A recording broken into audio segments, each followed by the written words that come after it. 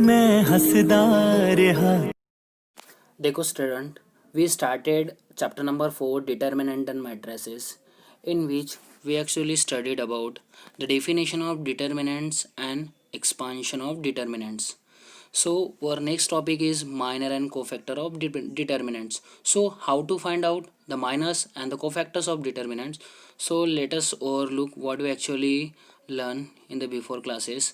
We actually learn value of determinants, how to find the value of determinants of 2 by 2 determinants and 3 by 3 determinants, जिसमें देखो आपने 2 by 2 determinant और 3 by 3 determinant की value हमने find out करना सीखा है। जिसमें से देखो आपने फर्स्ट क्वेश्चन को भी सॉल्व करके देखा होगा, सेकंड क्वेश्चन को भी सॉल्व करके देखा होगा। देखो द थर्ड क्वेश्चन में आपको जो आई दिख रहा है उसे हम आयोटा बोलते हैं, जो कॉम्प्लेक्स नंबर में यूज़ होता है, जिसे हम इमेजिनरी पार्ट के लिए यूज़ कर दें।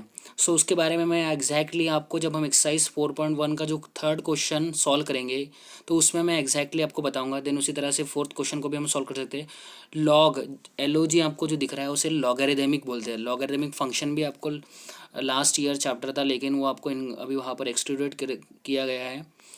देन इस तरह से हमने क्या किया, 2 by 2 डिटर्मिनेंट की वैल्यू फाइंड आउट करना सीखा। उसी तरह से हम क्या कर सकते हैं, 3 by 3 डिटर्मिनेंट की भी क्या कर सकते हैं, वहाँ पर वैल्यू को फाइंड आउट कर सकते हैं। सो हमने यहाँ पर एक्सपांशन ऑफ डिटर्मिनेंट में पढ़ा है कि किस तरह से हम 3 by 3 डिटर्मिनेंट को सॉल्व कर सकते हैं। देखोगे यहाँ पर आप राइट हैंड साइड में D = A11 A12, ये हमने पोजीशन फाइंड आउट करना कल सीखा था। देन उस 3 by 3 डिटर्मिनेंट को सॉल्व करते हैं। फर्स्ट पोजीशन, सेकंड पोजीशन, अगर फर्स्ट एलिमेंट फाइंड आउट करना है तो first row second first column क्या होगा, कैंसिल होगा। देन वो डिटर्मिनेंट यानी A22 A23, then A32 A33, इस तरह से आएगा। देन सेकंड, देन पहले प्लस लिखते, then minus A12, then first row second column को क्या करेंगे, कैंसिल करेंगे, तो जो भी आपका एलिमेंट बाकी रहेगा उसको हम लिखेंगे। देन A13 कैसे लिखेंगे, जो आपका फर्स्ट रो और थर्ड एलिमेंट है उसको लिखेंगे। देन A21, तो A22 हो जाएगा। देन इस तरह से हम उसको लिखेंगे। सो देखो आप लोगों ने को ये डिटर्मिनेंट अभी तक के हमने पढ़ा हुआ है। देन 3 by 3 डिटर्मिनेंट का हमने क्वेश्चन सॉल्व किया था कल के वीडियोज़ में, जो आपने देखा होगा।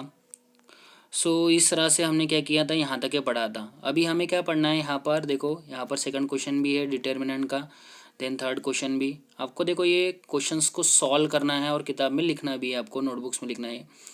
देन जो आज हम पढ़ने वाले हैं वो डेफिनेशन, जिसमें हम माइनर और कोफैक्टर्स के बारे में पढ़ेंगे। सो देखो माइनर और कोफैक्टर क्या होता है। सो जो माइनर होते हैं वो होते हैं द माइनर ऑफ AIJ। अभी आई क्या होता है, रो, और जे क्या होता है, कॉलम। सो मतलब फर्स्ट रो सेकंड कॉलम, तो A12 हो जाएगा। अगर सेकंड रो लिख रहा हूँ मैं फर्स्ट कॉलम, तो वो हो जाएगा A21, इस तरह से हो सकता है। सो यहाँ पर आपको माइनर की जो डेफिनेशन दी है, it is defined as the determinant obtain by eliminating ith row and jth column. Exactly इसका मीनिंग क्या होता है, उसको हम क्या करते हैं, हम एक पेन एंड पेपर की तरह इसको एक इसमें देखते हैं कि किस तरह से हम माइनर और कोफैक्टर को डिफाइन कर सकते हैं और डिटर्मिनेंट को, उसके एलिमेंट्स का माइनर और कोफैक्टर फाइंड आउट कर सकते हैं। देखो स्टूडेंट, सो हम डेफिनेशन पढ़ते हैं, पहले माइनर की डेफिनेशन पढ़ते हैं, देन कोफैक्टर की डेफिनेशन पढ़ेंगे। सिंपल डेफिनेशन है, सिर्फ आपको सिर्फ यहाँ पर ध्यान में रखना है कि किस तरह से मैथमेटिकली सॉल्व हो सकता है।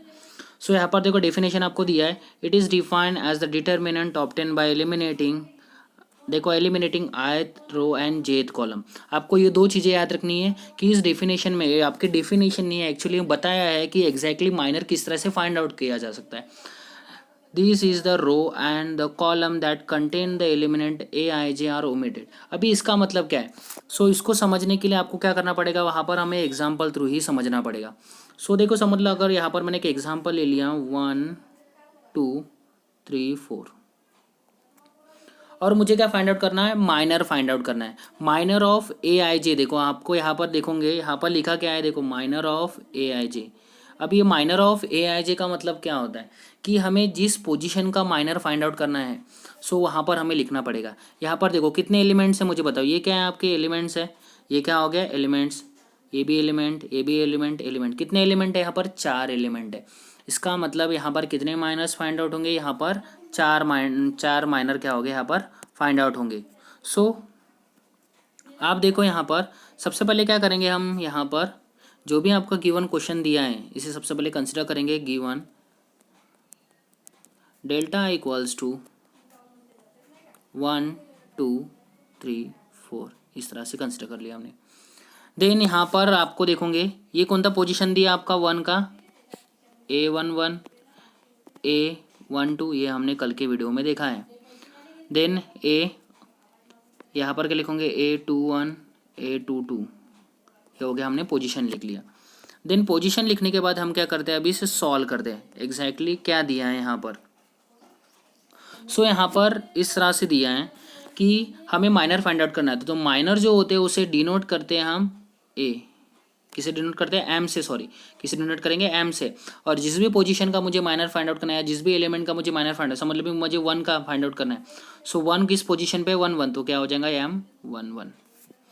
देन क्या करेंगे हम, देखो डेफिनेशन में आपको क्या दिया था, डेफिनेशन में दिया था कि हमें क्या करना है, एलिमिनेट करना है।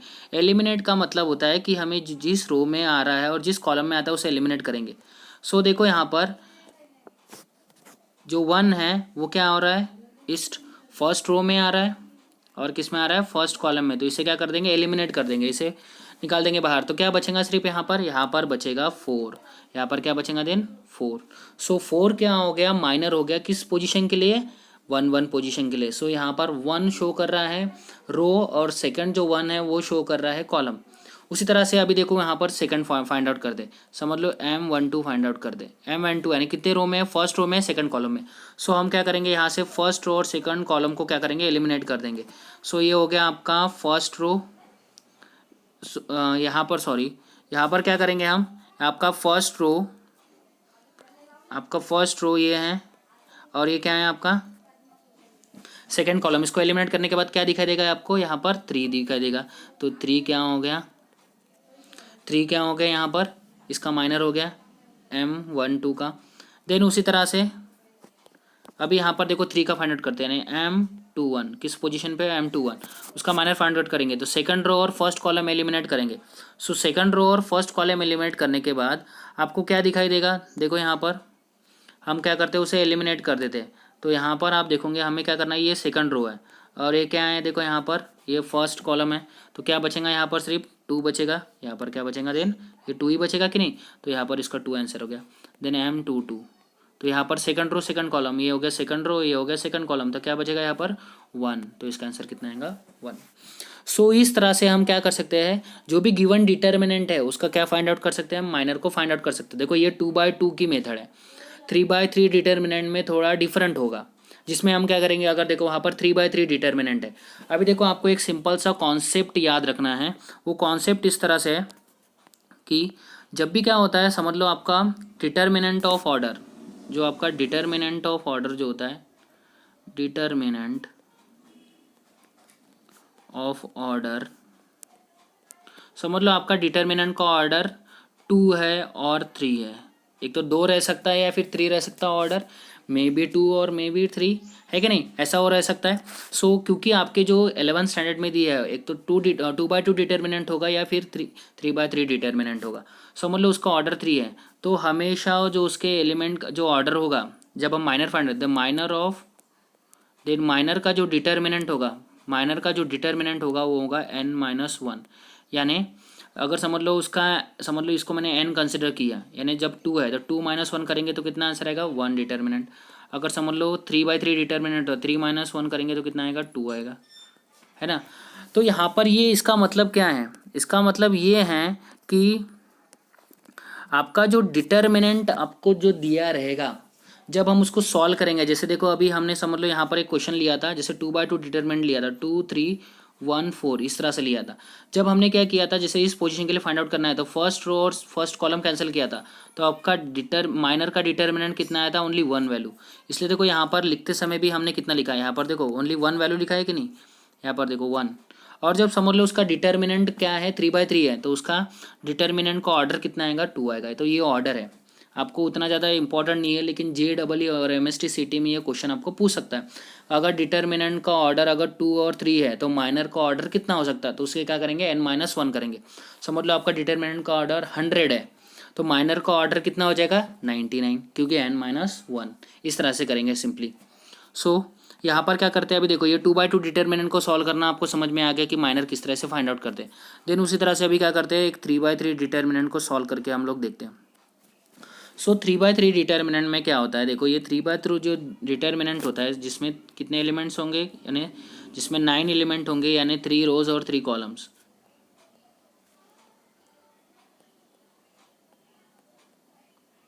ये इस तरह से होगा।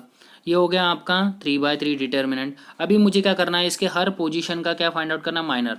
तो सबसे पहले मैं यहाँ पर पोजीशन लिख लेता हूँ, A11 A12 A13, then A21 A22 A23 A31 A32 A33, इस तरह से दिखाई दे रहा है। देन यहाँ पर आप देखोगे हमने ये तो लिख लिया, देन हमें क्या करना है, माइनर फाइंड आउट करना है, यानी अभी मुझे M11 का पोजीशन का माइनर फाइंड आउट करना है। सो फर्स्ट पोजीशन, तो मैं क्या करता हूँ, आपको पता है कि माइनर किस तरह से फाइंड आउट करेंगे, आपका डायरेक्टली डेफिनेशन में दिया है कि हमें क्या, जिस भी पोजीशन का मुझे माइनर फाइंड आउट करना है, जिस भी एलिमेंट का पोजीशन का मुझे माइनर फाइंड आउट करना है, तो उसको क्या करेंगे, तो यहाँ पर देखो फर्स्ट रो और फर्स्ट कॉलम है, देखो फर्स्ट रो और ये क्या है, फर्स्ट कॉलम है, तो ये फर्स्ट रो और ये फर्स्ट कॉलम क्या करेंगे, कैंसिल करने के बाद आपका यहाँ पर क्या बचेगा, यहाँ पर रहेगा सिर्फ 5 6 8 9। देन हम इजीली इसको सॉल्व कर सकते हैं। कैसे सॉल्व कर सकते हैं, अभी 2/2 डिटरमिनेंट आ गया, देखो इसका ऑर्डर 3 था, तो माइनर का ऑर्डर कितना आ गया, 2 आ गया। वही मैं आपको बताना चाहता था इसके पहले में, कि अगर समझ लो डिटरमिनेंट का ऑर्डर 3 है, तो माइनर का ऑर्डर कितना हो जाएगा, 2 हो जाएगा, क्योंकि n-1 यानी 3 - 1 करेंगे तो 2। देन इसको सॉल्व करते हैं, 5 को 9 से मल्टीप्लाई करेंगे, 8 को 6 के साथ मल्टीप्लाई, 5 9 सा 45, 8 6 का कितना होता है 48, तो ये आ गया आपका आंसर -6, है ना। तो ये इस तरह से क्या होगा, आपका ये सॉल्व होगा माइनर। अभी मुझे हर पोजीशन के लिए सॉल्व करना है, तो इसी तरह से क्या करना पड़ेगा, जिस भी पोजीशन के लिए सॉल्व करेंगे वो रो और वो कॉलम क्या करेंगे, एलिमिनेट करेंगे और वहाँ से सॉल्व करेंगे। तो ये हो गया आपके माइनर के बारे में। तो उसी तरह से क्या होगा, कोफैक्टर्स। तो कोफैक्टर्स को देखो समझने के लिए हम क्या करते हैं, डेफिनेशन को समझते हैं। देखो आपके किताब में जो देखो यहाँ पर आपको पूरा तरह से सॉल्व करना है। अभी मैंने देखो चलो और एक देख लेते हैं, यहाँ पर इसको और एक सॉल्व करते हैं। यहाँ पर देखो क्या दिया है, जो आपका पोजीशन दिया है, हम क्या करते हैं, किस पोजीशन को सॉल्व करते हैं, यहाँ पर A33 का सॉल्व करते हैं, यानी M33 सॉल्व करते हैं। सो M33 क्या हो जाएगा आपका, देखो M33 सॉल्व करते हैं, यानी M33 यानी थर्ड रो थर्ड कॉलम को हमें क्या करना है, एलिमिनेट करना है। सो थर्ड रो और थर्ड कॉलम को हम क्या करते हैं, यहाँ पर एलिमिनेट करते हैं। सो थर्ड रो कहाँ पर दिखाई दे रहा है आपको, ये आपकी थर्ड रो और ये थर्ड कॉलम, तो क्या बचेगा, देखो ये 4 एलिमेंट बचेंगे सिर्फ, 1 2 4 5। तो यहाँ पर क्या लिखेंगे हम, 1 2 4 5 1 2 4 5। देन मल्टीप्लीकेशन, 1 5 ज़ा 5 क्रॉस मल्टीप्लीकेशन, एंड देन 4 2 ज़ा 8। यहाँ पर माइनस ऑलरेडी होता है, तो ये कितना आएगा -3, 5 - 8 -3। देखो आपको ये बेसिक कैलकुलेशन आनी चाहिए, क्योंकि अभी आप क्या हो गए 11th स्टैंडर्ड में आ चुके हो। तो इस तरह से हम क्या कर सकते हैं, हर पोजीशन का वहाँ पर क्या फाइंड आउट कर सकते हैं, माइनर का फाइंड आउट कर। सिर्फ आपको यहाँ पर ध्यान में देना है कि यहाँ पर किस रो को और किस कॉलम को हमें क्या करना है, एलिमिनेट करना है। अगर 2/2 होगा डिटर्मिनेंट, तो वो तो ईजी है, डायरेक्टली आप करोगे तो एक ही एलिमेंट मिल जाएगा, यानी 1 ही वहाँ उसका जो माइनर का ऑर्डर कितना होगा, 1 होगा। लेकिन जब उसका डिटर्मिनेंट का ऑर्डर 3/3 है, तो माइनर का ऑर्डर कितना हो जाएगा, 2 ऑर्डर होगा, जैसे यहाँ पर आप लोगों ने सॉल्व किया। सो अभी को फैक्टर फाइंड आउट करते हैं। देखो को फैक्टर बहुत ही ज़्यादा सिंपल है, क्योंकि once you know how to find out the minor of aij, then you can easily find out the cofactors of aij. Then how to find out the cofactors of element, so let us look how to find out. So उसके लिए हमें क्या करना पड़ेगा, सबसे पहले एक matrix determinant को हम क्या करते हैं, कंसिडर करते हैं। सो डिटर्मिनेंट इज गिवन 2 3 4 6, ये डिटर्मिनेंट आपको दिया है। सो इसका मुझे क्या करना, भी कोफैक्टर फाइंड आउट करना है। तो जो कोफैक्टर्स होता है, वो कोफैक्टर्स को हम डिनोट करते हैं C से। अभी समझ लो मुझे फर्स्ट का कोफैक्टर फाइंड आउट करना था, C11। तो इसके लिए सिंपली एक फार्मूला होता है। तो कोफैक्टर्स का आपको फार्मूला याद रखना है, कोफैक्टर का -1 to the power I + j into m यानी माइनर। यहाँ पर आपका जो m रहेगा माइनर ऑफ aij, जिस भी पोजीशन का हम क्या करेंगे, कोफैक्टर फाइंड आउट करेंगे, उसका क्या रहेगा, वहाँ पर माइनर रहेगा। किस तरह से, देखो अभी फर्स्ट पोजीशन के लिए हम कोफैक्टर फाइंड आउट करें, तो हम इस फॉर्मूले का यहाँ पर यूज़ करेंगे। सो ये फॉर्मूला है -1 to the power। देखो i का मतलब क्या होता है, यहाँ पर i दिख रहा है आपको, ये जो i होता है वो होता है कौनते रो में है, कौन सा रो है आपका, ये फर्स्ट रो है, तो आप लिखेंगे 1। देन प्लस जे क्या है, जे का मतलब होता है कॉलम, कौन सा कॉलम है आपका, फर्स्ट कॉलम है, फर्स्ट इंटू माइनर यानी उसी जिसका हम क्या करें, पोजीशन का हम कोफैक्टर फाइंड आउट करें, उसी का क्या करेंगे हम, माइनर भी यहाँ पर फाइंड आउट करेंगे। देन माइनस, सो देखो यहाँ पर -1 to the power कितना हो जाएगा, 2। Into M22। अभी यहाँ पर क्या होगा M11, तो M11 किस तरह से करते हैं हम लोग सॉल्व इसको, M11 क्या हो जाएगा माइनर। अभी हमने इसके पहले सीखा कि किस तरह से करेंगे, यानी फर्स्ट रो और फर्स्ट कॉलम कैंसिल करेंगे, तो यहाँ पर कितना आएगा 6, तो ये आएगा 6 -1 कितना था +1 इंटू 6, तो इसका आंसर कितना आएगा 6। तो इस तरह से हम क्या कर सकते हैं, किसी भी एलिमेंट का क्या कर सकते हैं, कोफैक्टर को फाइंड आउट कर सकते हैं। देखो अभी हमने माइनर और कोफैक्टर की डेफिनेशन को तो पढ़ लिया है, उसको थोड़ा सा समझ लिया है हमने। इसी के बेसिक के ऊपर हम क्या करते हैं, क्वेश्चन को सॉल्व करते हैं। देखो आपको एक क्वेश्चन दिया है यहाँ पर 2 - 3 4 7। 2 - 3 4 7 इस तरह से दिया है, यानी first row second row then first column second column इस तरह से दिया है। तो सबसे पहले हमने हीयर जो भी आपके वहाँ पर डिटर्मिनेंट दिया उसका पोजीशन हमने लिख लिया, पोजीशन डिटर्मिनेंट हमने लिख लिया। देन अभी मुझे माइनर फाइंड आउट करना है, तो मैंने बताया आपको माइनर को डिनोट करते हैं M, तो M11 का हम वहाँ पर क्या करेंगे, माइनर को फाइंड आउट करेंगे। यानी मुझे फर्स्ट रो और फर्स्ट कॉलम को क्या करना है, एलिमिनेट करेंगे। देखोगे आप यहाँ पर 2 और -3 और ये क्या आपका फर्स्ट रो और 2 और 4 क्या आपका फर्स्ट कॉलम, ये क्या हो जाएगा, एलिमिनेट हो जाएगा। तो क्या बचेगा वहाँ पर 7।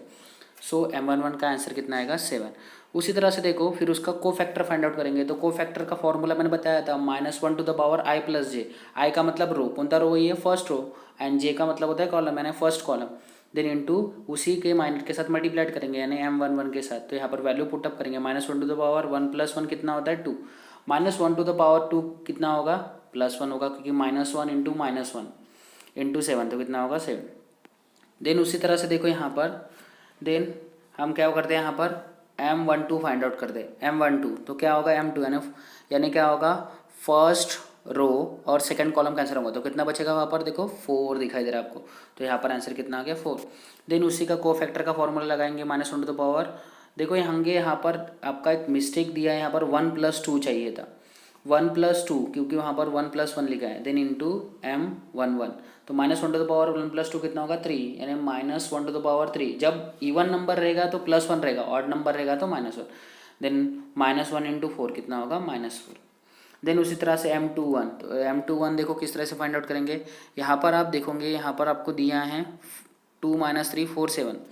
सेकंड रो फर्स्ट कॉलम तो कितना रहेगा यहाँ पर -3। देन यहाँ पर कितना आ गया -3। देन उसी का क्या करेंगे, हम कोफैक्टर फाइंड आउट करेंगे, यानी -1 देखो यहाँ पर भी गलती दी है, यानी 2 + 1 आपको वहाँ पर करना है इंटू M21 इंटू देन -1 2 + 1 कितना होगा 3 इंटू -3, यानी -3 इंटू -1 इंटू -3 कितना होगा +3। देन लास्ट वाला कितना आ गया आपका 2। देन हम क्या फाइंड आउट करेंगे उसका कोफैक्टर, तो C22 कितना आ गया -1 देखो यहाँ पर हर जगह वहाँ पर उन्होंने 1 + 1 लिखा है, लेकिन वो एक्चुअली 1 प्लस है क्या, नहीं, ये सेकंड रो है सेकंड कॉलम है, तो यहाँ पर 2 + 2 कितना होगा 4, -1 4 कितना होगा +1 इंटू 2, तो कितना होगा उसका आंसर +2। तो ये था आपका 2/2। देन उसी तरह से 3/3 करेंगे, तो सेम वैसे ही पहले पोजीशन हम लोग हर किसी का लिखेंगे। देन माइनर लिखेंगे तो क्या करेंगे, फर्स्ट रो और फर्स्ट कॉलम कैंसिल करेंगे। मैंने आपको बताया अगर डिटर्मिनेंट का ऑर्डर 3 है तो आपका जो माइनर होगा उसका ऑर्डर n-1 होगा, यानी 3 - 1 कितना होगा 2। माइनर का ऑर्डर कितना होगा 2। देन यहाँ पर देखो M11 first row first column cancel किए तो क्या रहेगा, देखो वहाँ पर दिखाई दे रहा है 0 4 -1 3। देन क्या करेंगे 0 × 3 0 होता है, देन माइनस ऑलरेडी वहाँ पर होता है, -1 × 4 कितना होगा -4, तो माइनस माइनस प्लस, इसलिए वहाँ पर +4 आपको दिखाई दे रहा है इक्वल्स टू, देन 0 + 4 कितना होगा 4। देन कोफैक्टर का फॉर्मूला हमने लगाया। देन उसी तरह से माइनर का formula, then cofactor, then minor cofactor, तो हर पोजीशन के वहाँ पर माइनर और कोफैक्टर फाइंड आउट किया। इस क्वेश्चन को आपको क्या करना है, यानी दोनों क्वेश्चन जो हमने अभी देखे यहाँ पर फर्स्ट और सेकंड, इसको आपको एज अ होमवर्क कॉपी में सॉल्व करना है। देखो हम लोग सिर्फ यहाँ पर थोड़ा सा ओवरलुक देख रहे हैं, क्योंकि हम क्या करेंगे जब एक्सरसाइज 4.1 सॉल्व करेंगे उसमें मैं अच्छी तरह से बताऊंगा कि exactly one step by step कैसे सॉल्व करते हैं। सिर्फ अभी के लिए आप समझो कि डिटर्मिनेंट की डेफिनेशन क्या है, देन उसका अगर कोई भी आपको 2/2 डिटर्मिनेंट है 3/3 डिटर्मिनेंट दिया है तो उसकी वैल्यू किस तरह से फाइंड आउट करते हैं, उसे इवेल्युएट किस तरह से करते हैं, और जो हमने नेक्स्ट कॉन्सेप्ट पढ़ा है माइनर एंड कोफैक्टर, और जो हम कल जो पढ़ेंगे वो कॉन्सेप्ट है एक्सपांशन ऑफ डिटर्मिनेंट, वो क्या होता है। यानी अभी हम सीख रहे हैं कि 4.1 एक्सरसाइज को किस कॉन्सेप्ट की ज़रूरत है वही हम पढ़ रहे हैं। तो सबसे पहला कॉन्सेप्ट था वैल्यू ऑफ डिटर्मिनेंट जो हमने पढ़ लिया है। देन अभी माइनर एंड कोफैक्टर भी पढ़ लिया, और जो नेक्स्ट हम पढ़ेंगे एक्सपांशन ऑफ डिटर्मिनेंट। देन हम क्या करेंगे, एक्सरसाइज 4.1 को सॉल्व करेंगे। लेकिन आपको ट्राई करना है कि आपको इस तरह से ये सब क्वेश्चन को अच्छी तरह से लिखना है और उससे क्या करना है, सॉल्व करना है। तब तक के लिए बाय बाय।